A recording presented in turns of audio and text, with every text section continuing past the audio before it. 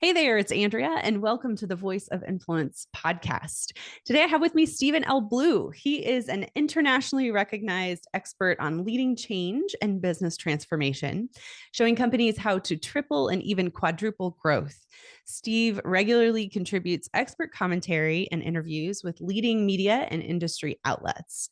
He is a professional speaker and a best-selling author. Steve is the president and CEO of Miller Ingenuity, an innovative company revolutionizing traditional safety solutions for the rail industry.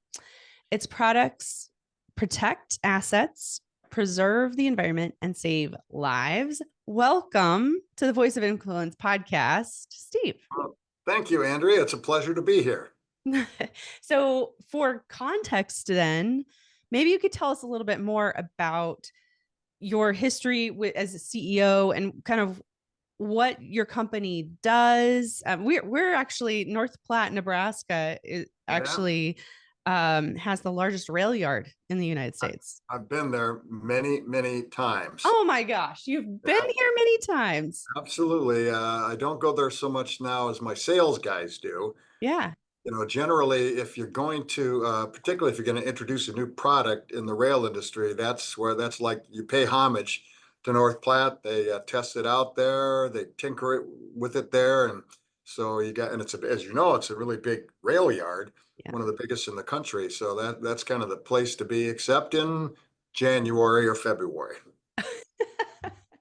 January, February because of the winter, I assume. Yeah, yeah, yeah. Oh my goodness, that's so cool. Oh yeah. So can you tell us a little bit about the products that you bring to test and Yeah, try out? sure. I've been leading this company for, it's been in business for 75, 76 years now. We just celebrated our 75th anniversary last year, and I've been leading it for a little more than a third of that time. And it's unique in a lot of respects. One is it's now third generation ownership, and typically companies don't survive the second generation, let alone the third. And we produce and everything from the bottom of the locomotive, the mechanical kind of stuff down there, and the top of the locomotive, all kinds of electronic devices. And if you look at almost every highway crossing in America, those wig-wag lights, they are generally used to be incandescent bulbs. They're now mostly LED signal lights, and we have the largest market share of any company in the world in that area. And so we sort of cover everything from plastics to electronics, which is kind of unusual. Most companies either focus on one aspect, mechanical or electrical or electronic. We're very fortunate that we're in all two or three segments. Wow. And Mhm. so, how has your company changed throughout your tenure? If you've been there for the third of the life of the company, I'm curious how it's changed since you've been Yeah, there. quite a bit, quite a bit. When I got here, it had a suite of killer products that were very well known by the end users, but there was no marketing or sales kind of going on. And so we repositioned the company and started going direct to the end user instead of just the locomotive manufacturers, as it was for many, many, many years. And as a result of that, our sales just took off because what we found, and I advise a lot of other CEOs about this, is when you don't control your own market and somebody else does, lots of bad things can happen to you. And that was kind of what we were doing. So we started selling directly to the end user. Our sales just skyrocketed. And it was actually almost just because of changing a shipping address. Same product, same manufacturing cost, same everything, but we found out that the middlemen were way raising our products way, way up. And that, of course, attracts competition. And I felt that we ought to get a little more of that margin. So that was one of the big things I did early on, 26, 25, or 26 years ago. And then we just started introducing a suite of brand new products. Some of them were terrifically accepted in the marketplace, some of them bombed. And I tell CEOs all the time, I don't know, and you don't know if an idea is a good one. Everybody's ideas are good, right? All your ideas are good. Have you ever had a bad idea? Of course not. But you never know if one of your ideas is any good or not until you get it out into the real world and let the world decide.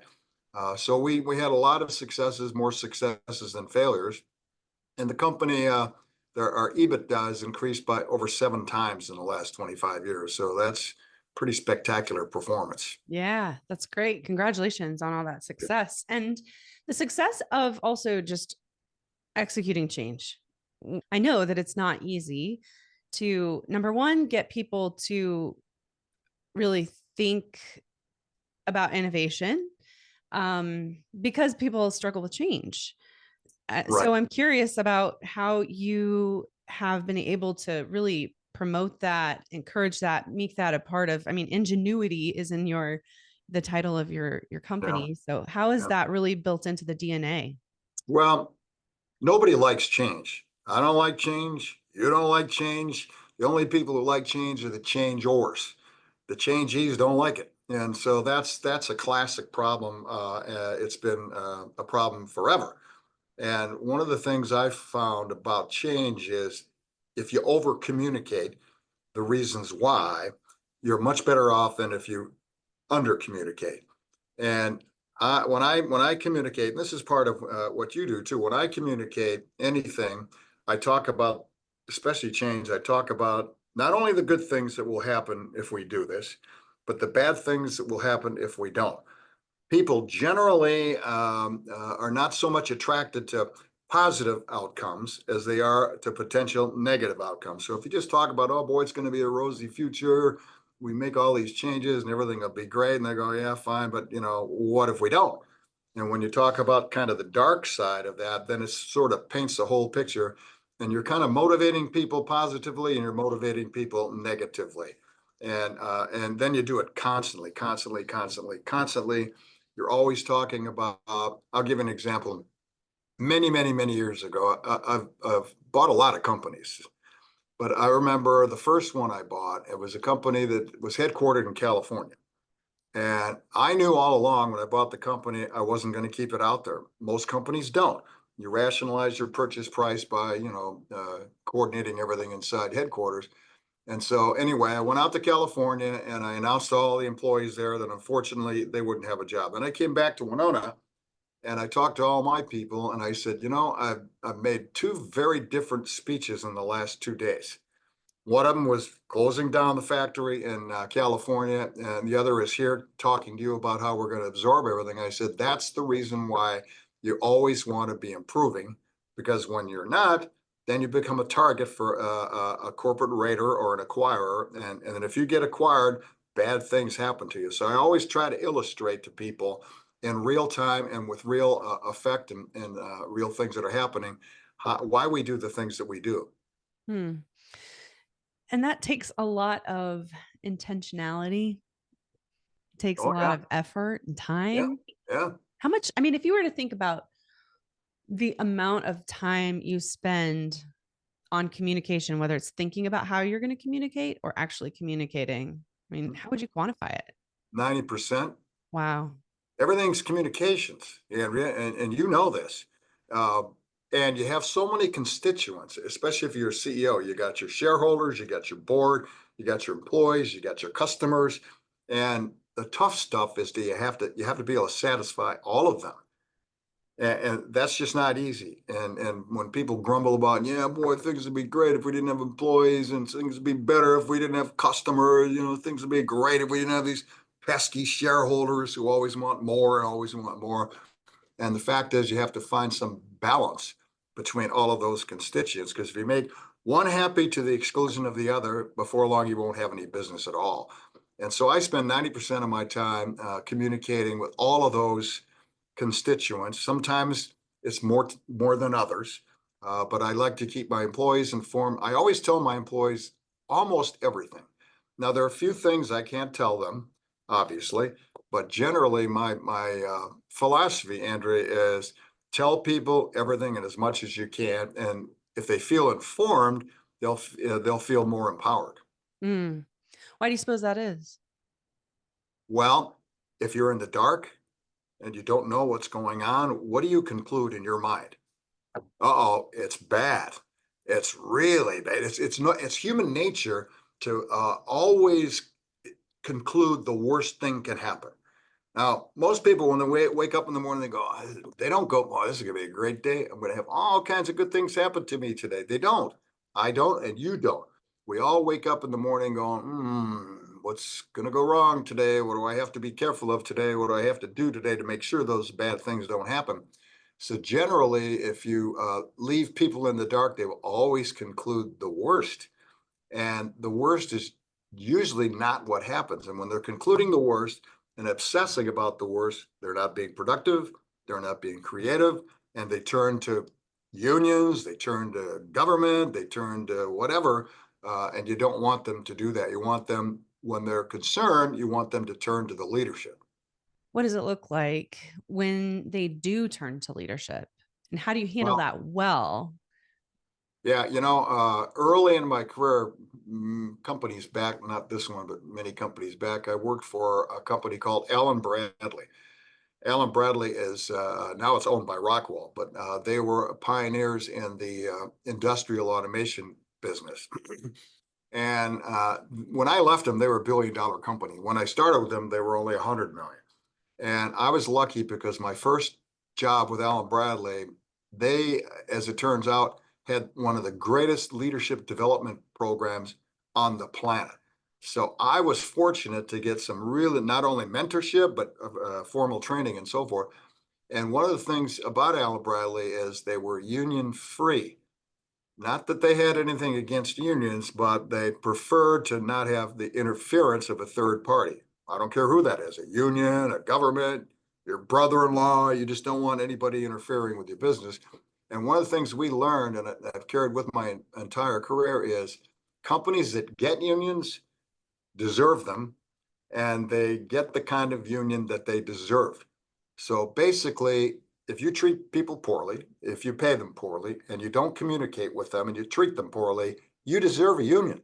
And that's what unions do. They come in and they, we will give you honor, we will protect your rights and all that kind of stuff. And if you do all of that as a leadership team, you don't have to worry about unions.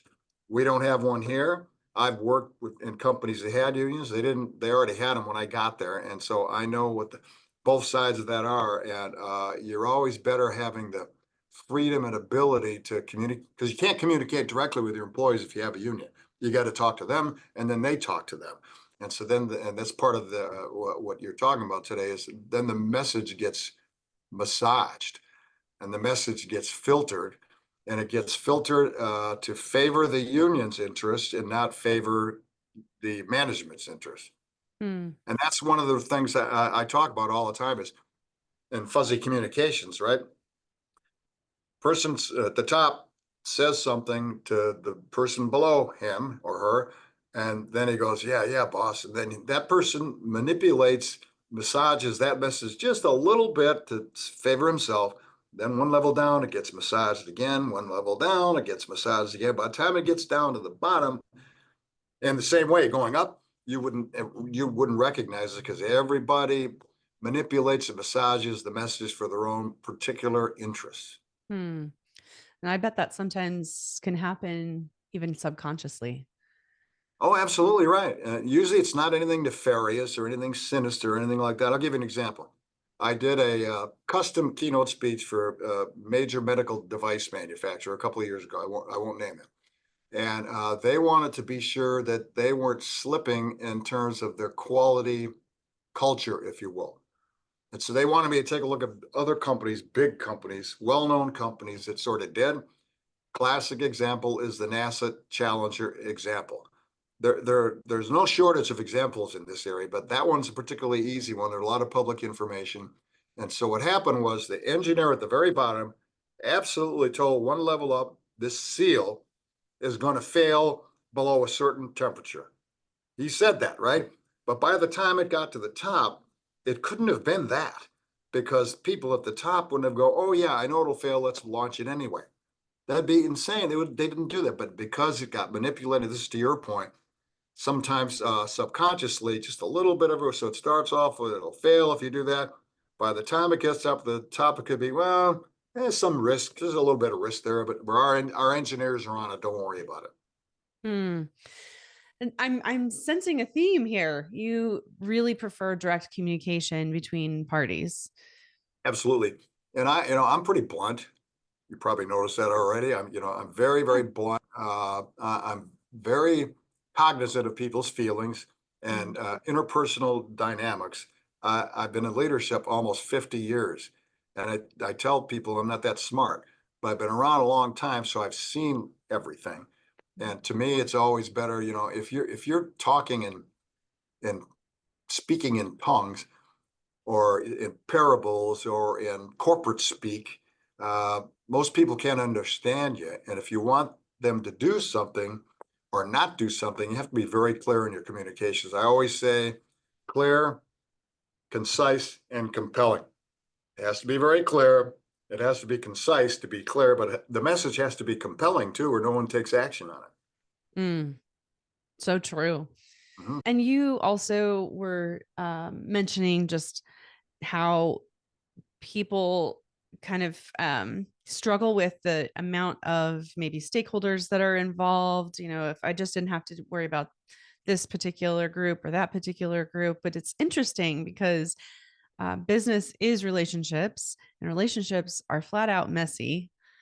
And Yeah, so we need, in order to be able to move through those, we need that clarity. We need to be concise. We need to be compelling. We need those things that you're just mentioning in order to be able to wade through the mess, if you will, and work things out together.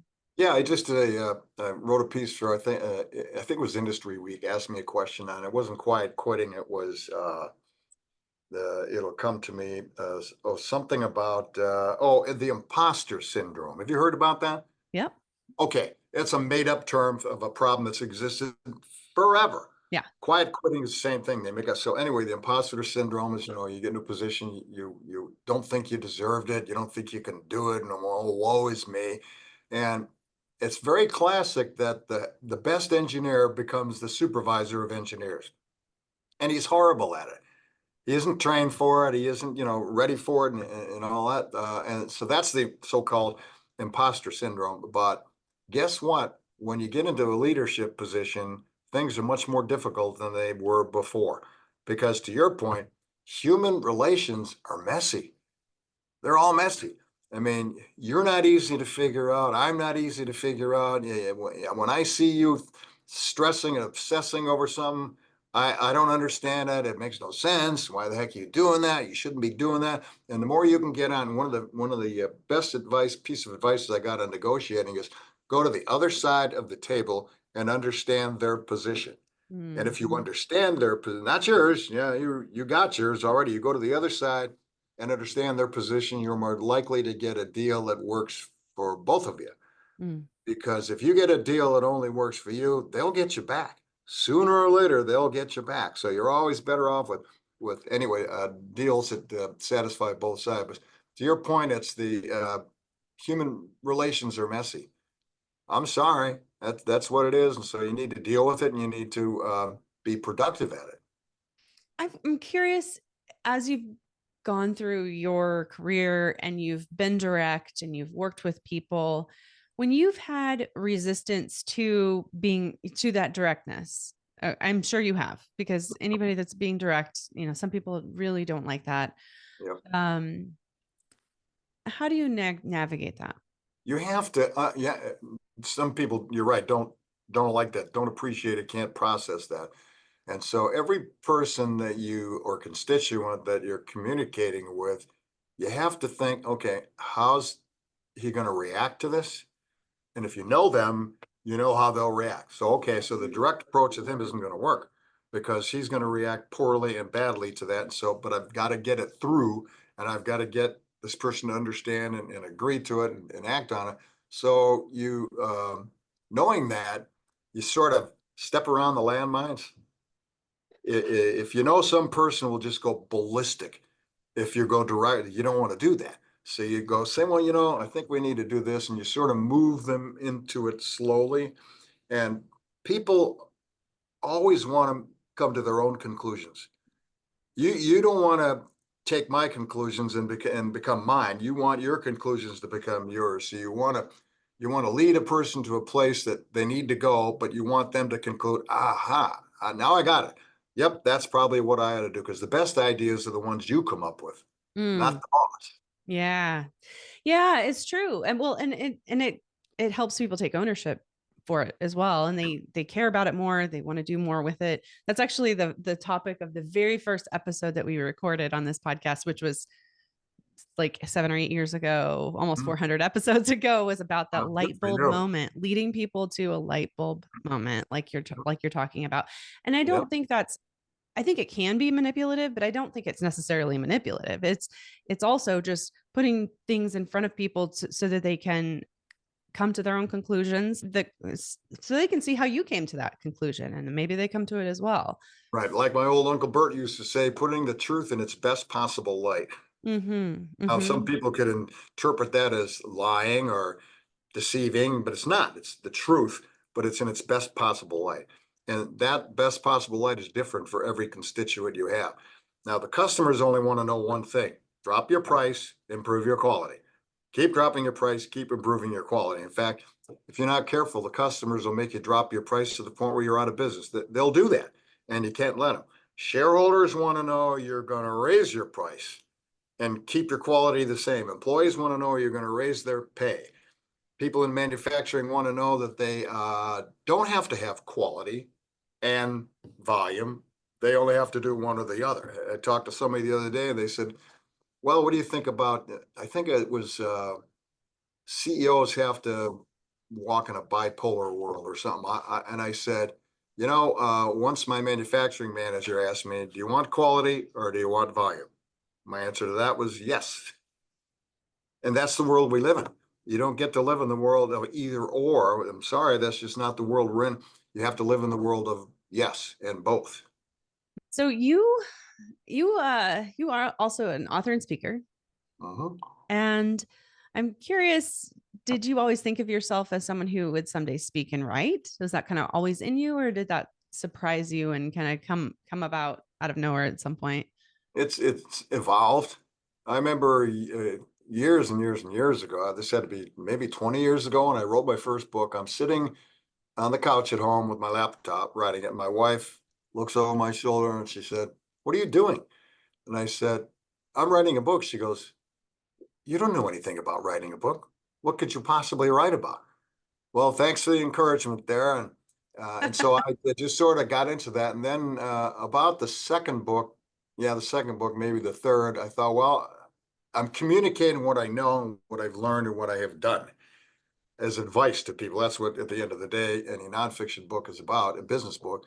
And so I thought, well, why don't I, I could do some speaking on this. Why not? And so I started off like everybody else starts off in professional speaking at the Kiwanis Club. And generally what happened after one of my books were published, somebody would say, oh, can you give a talk to the Elks Club or the Kiwanis or the Chamber of Commerce or whatever about your book? And then it evolved from there. Then I started, honing my skills. I started taking courses by joining NSA. And every time I would make a speech, I would get a little better at it. And I hired a speaking coach.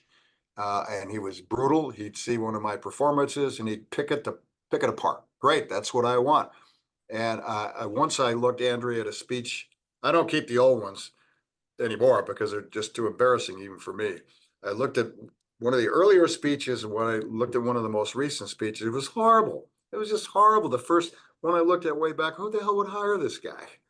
He's awful. He's pasty faced. He doesn't know what he's talking about. He's fidgeting around. And so it's a craft like any other craft. You work on it, you practice it, you work on it, you practice on it. And I've been in, as you know, in some of the biggest venues in the world, Mm. United Nations, Carnegie Hall. I did a Zoom speech in Hanoi, Vietnam, a couple of months back. And so once I, got to be kind of known, I don't, it's not a full-time job for me speaking. My full-time job is running this company, but, and I have more speaking requests than I have time to do. But and so that's how it just sort of evolved. And I think most professional speakers who have a profession now, some, as you know, some professional speakers let me find something to talk about because I can do that. Most professional speakers I know that speak from experience, that's kind of how they evolve. Mm-hmm. Mm-hmm. Um, so I know that one of the things that you talk about is about disruption and technology, and I'm curious about what your take is on what's it going to take for companies, for organizations to survive and even thrive in the next decade?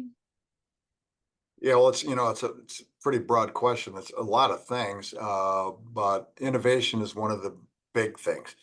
Now, you've got to have a terrific organization. You have to have terrific manufacturing costs. You have to have terrific quality. All that's just kind of table stakes. And I'll give you an example. Not too many years ago, my actual name of my company, corporate name is Miller Fellpacks. But when I decided the organization needed to be more innovative and bring more innovative products to the market, I concluded that name's just not going to work. People are going to go, huh? And so we changed that trade name to Miller Ingenuity.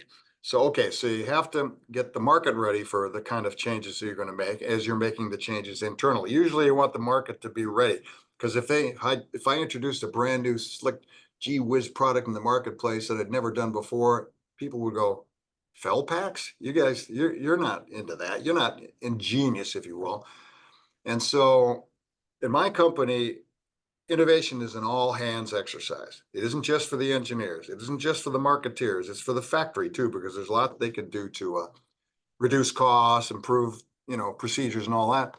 And so the first thing I did is I hired the ex chief creativity officer from the QVC network. And I brought him in to teach everybody in the place the principles of creativity. Hmm. And people look at me and they go, huh? That's a shopping network. What the heck can you learn from him? Well, you can learn a lot from somebody in another industry. So I brought him in and he came here about once every 2 weeks and held roundtables with every employee. And he'd teach it, starting with brainstorming. He started with building the blocks of creativity and he'd give them problems to solve and then they'd go solve them. Then he'd come back 2 weeks later and do the whole thing all over again. Then after a while, he said, I think I'm done here. I think you guys are doing good and you can carry it on from here. And one day I'm walking through the factory and a guy from the factory walks up to me and he said, we really like this creativity stuff. It would be better if we could have a dedicated space where that's all we did in there was like creation. And I looked at him and I said, let me make sure I got this right. You want me to take a piece of my building that I actually make money on, and you want me to turn it into a think tank? About then, he was thinking, oh, I should have never brought it up. But I said, I love it. So Hmm. fast forward 6 months later, I built a $500,000 space in the middle of the factory because this is not a blue collar thing. This is an everybody thing. And it's built for creativity. It's got all the, chairs and seating and electronics. And in fact, when you walk into it, it's like walk into it from the factory where machines are going boom, boom, boom, boom, boom, boom. And you walk in there and it's like, oh, it's like an oasis. And now people go in that space anytime they want. They don't need anybody's permission. They just walk in there. They do what they want. They pick their own problems. They solve their own problems. If they need extra resources, they ask for them, and they implement their own solutions. Wow. And I get asked, not so much anymore, but I used to get asked, "Where's the beef?" It's a half a Yeah. million dollar. What did you get out of that? And my answer is always the same: a couple of really big, really spectacular innovations and a million little ones. And I don't Hmm. even, of course, the big ones I have to approve, right? But the million little ones, you improve this process, you improve that, you improve this, you reduce that. And when you empower people to do it, and turn them loose, it's amazing what they can come up with. That is so fascinating. I Mhm. love that idea. I'm curious if you could share any more about just the logistics of it. You said they can go in whenever they want. Mhm. Um, are they going in when there's we're talking about anybody, right? Yep. You're talking about people that are building things, putting things together.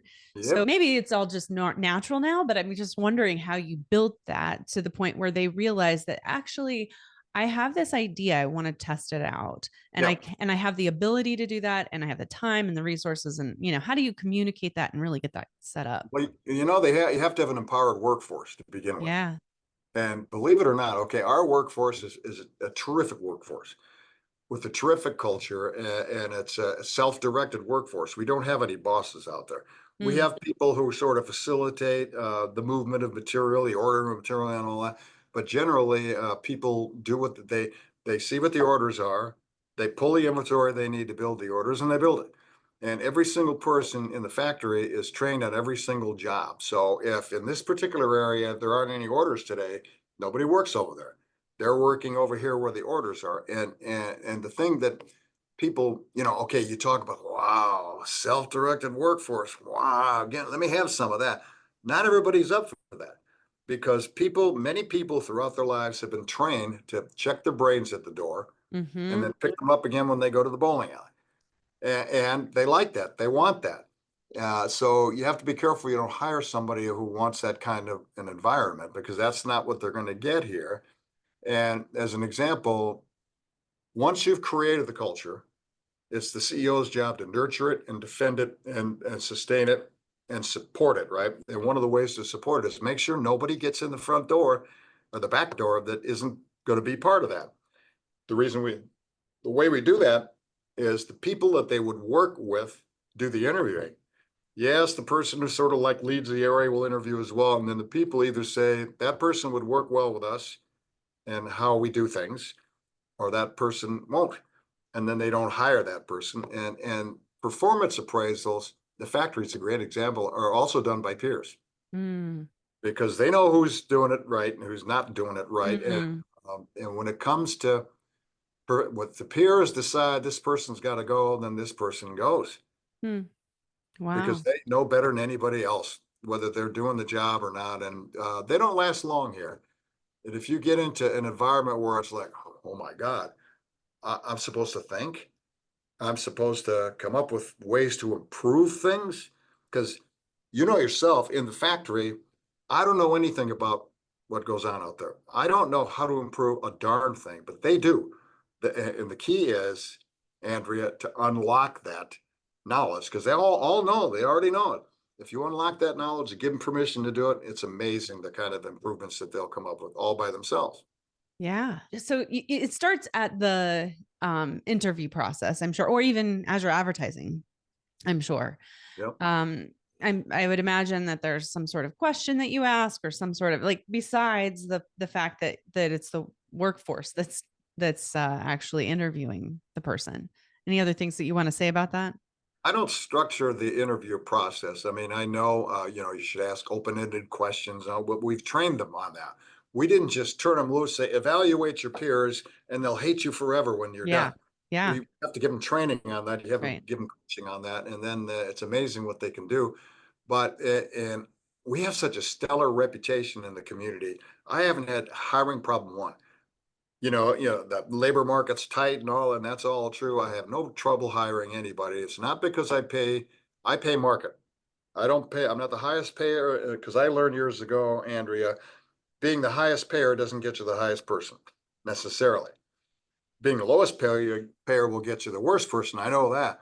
And so we pay competitively, but we have such a terrific reputation in town because like people go, wow, that's self-directed workforce stuff. Wow, that's pretty cool.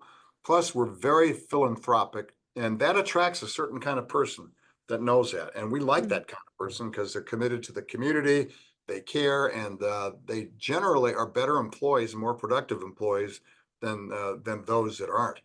And so it's sort of a whole package of community involvement, community image, internal environment, and a culture that's just it's a very terrific culture.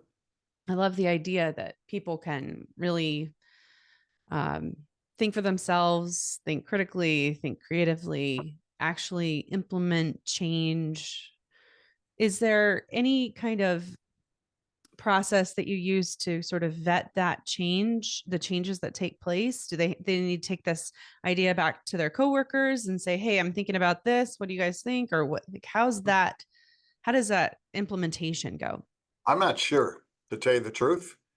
I'm just not sure. I do know that, at a certain level where a certain amount of expense gets involved or change, somebody has to get in on that and either approve it or not approve it.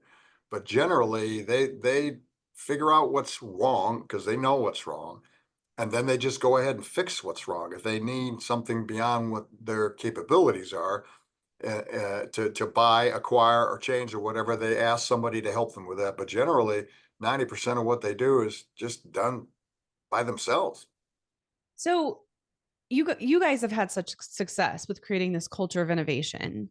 Mhm. What innovations or technology or like what are you saying to companies now? Like you really need to embrace this now, because I noticed in your book and in your metamorphosis book, and then in just your on your website and things that you're saying that this is a really big deal. Disruption is here, disruption is coming. We have to really embrace new technology or things like that. What are your thoughts on that? What are you You know, saying people need? I say that I've been saying for a long time, your average leader clings to the past. Your Hmm. extraordinary leader embraces the future, and the future is always something different, isn't it? Hmm. Now it's what you ought to be looking at. Seriously, everybody, big or small, any kind of industry, you really ought to be looking at AI.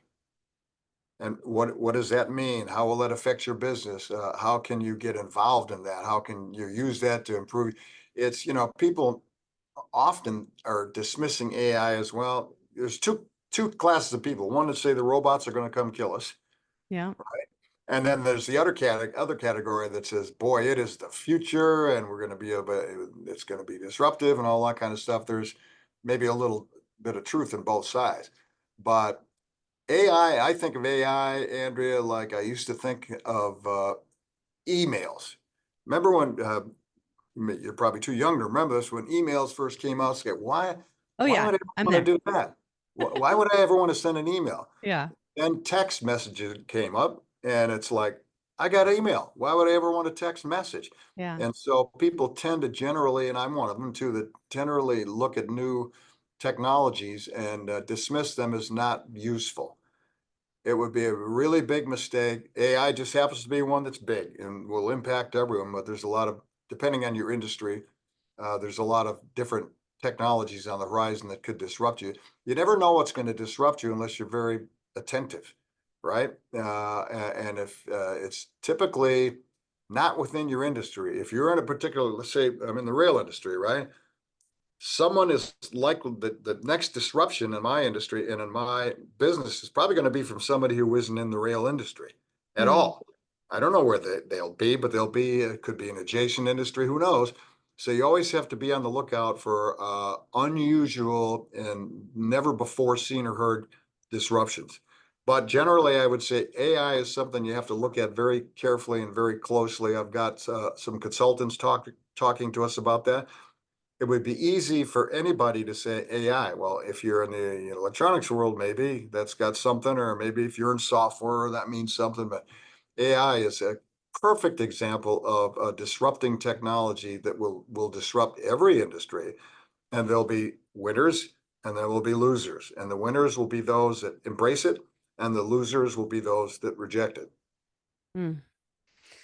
And what do you think that it's going to take to make sure that we embrace it well? That's a really good question. I'm not sure I have a good answer for that. It'll be rejected for the longest time. People won't embrace it at all because they don't want. This is probably the biggest disruptive change that will happen in your lifetime and in mine. Hmm. And people will continue to reject it, continue to reject it. My advice is if you want to embrace it, well, learn about it. Don't Google it. There are plenty of master classes out there that you can get for free, and some you pay for, that will have you begin to understand it from like ground one, machine learning. What is that? How does that work? How can I employ that? And then you sort of work up to the more complicated parts of AI. But my advice is find everything you can about it before you decide it's useless, or before you decide it's never actually going to arrive, because it's already here. Hmm. Well, this has been just a really great conversation. It's been fun to hear about both your experience as CEO and um, and how you're bringing that knowledge and that experience with innovation and creating a self-directed workforce into the speaking and writing and sharing this with other people, because it's very important right now. I think that people are looking for that. I think there are a lot of people that are looking for that, but they're not really sure either whether you're on the side of the of management or if you're on the side of the direct reports. People are wanting it but not sure what exactly to do about it, I think. Yeah. And so anytime that we can bring something that is very concrete and helpful, I think it's a really big deal. Well, I agree. And people are kind of, this is not new, but people really thirst for leadership. Hmm. Leadership in their companies, leadership in their churches, their schools, their government. Everybody really wants leadership. And generally, many people aren't leaders, they're followers. And people who are in leadership positions ought to really find a way to spread that message around and help other people become better leaders. Well, and you said that you were part of a company that had a fantastic world-class leadership Yep. development program. And I'm wondering what was involved with that made it so impactful for you? Well, I remember from the very beginning, they had all of my mentors, people above me, people adjacent to me, people up at corporate. They were all just terrific models of leadership. I'll give you an example. The company was named Allen Bradley, and it was actually started by a guy named Harry Bradley.